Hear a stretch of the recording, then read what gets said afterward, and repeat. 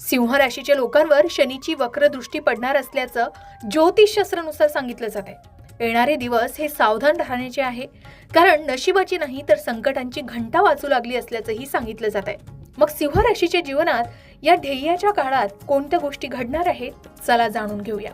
सिंह राशीच्या लोकांसाठी अडीचकी म्हणजे ध्येया हा काळ नक्कीच सावध राहण्याचा असतो। ज्योतिषशास्त्रानुसार तुमच्यासाठी धोक्याची घंटा असणार आहे। मागच्या वर्षी 29 मार्च रोजी शनीने जेव्हा कुंभ राशीतून मीन राशीत प्रवेश केला तेव्हापासून सिंह राशीसाठी शनीची अडीचकी म्हणजे ध्येया अधिकृतपणे सुरू झाली आहे। ही स्थिती ज्योतिषशास्त्रात महत्त्वाची मानली जाते, कारण शनी आता तुमच्या राशीपासून 8व्या स्थानात भ्रमण करत आहे। हे 2.5-3 वर्ष तुमच्या आयुष्यातील टर्निंग पॉइंट ठरू शकतात। तुम्ही जेवढ्या धैर्याने या काळाचा सामना कराल तेवढेच तुम्ही 2028 नंतर अधिक शक्तिशाली आणि यशस्वी होऊन बाहेर पडाल। ही वेळ तुम्हाला हरवण्यासाठी नाही तर घडवण्यासाठी आली असल्याचंही सांगितलं जात आहे। आता ध्येया म्हणजे नेमकं काय आहे, तर जसं आपण परीक्षेच्या आधी खूप अभ्यास करतो जेणेकरून रिझल्ट चांगला येईल, अगदी तसाच हा काळ आहे। शनिदेव तुमच्या आयुष्यातील अडथळे दूर करण्यासाठी तुम्हाला शिस्त आणि संयम शिकवत आहेत। आता तुमच्या आयुष्यावर याचा काय परिणाम होईल, तर तुम्ही ठरवलेली कामं लगेच पूर्ण न होता थोडा वेळ घेतील, पण लक्षात ठेवा, उशिरा झालेलं काम जास्त टिकणारं असतं। दुसरी गोष्ट, या काळात तुम्हाला समजेल की तुमचे खरे मित्र कोण आहेत आणि कोण फक्त नावापुरतं सोबत आहे।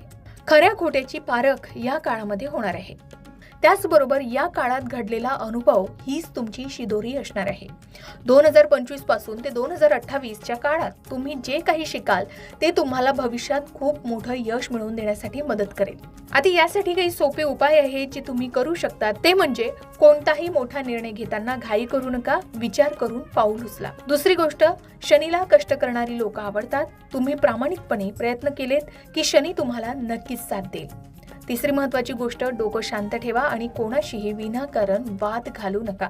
शनीचं हे संक्रमण साधारणपणे 2.5 वर्ष चालतं। 2025 पासून सुरू झालेली ही ध्येया 2027च्या अखेरीस किंवा शनीच्या पुढील राशी परिवर्तनापर्यंत नक्कीच राहणार आहे।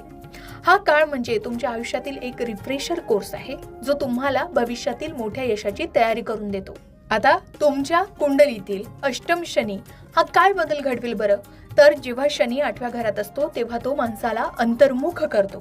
तुम्हाला अशा जबाबदाऱ्या स्वीकाराव्या लागतील ज्याची तुम्ही आधी कल्पनाही केली नव्हती। दुसरं म्हणजे कामे पहिल्या प्रयत्नात पूर्ण होण्याऐवजी थोड्या विलंबाने होतील। हे तुम्हाला चिकाटी काय असते हे शिकवेल।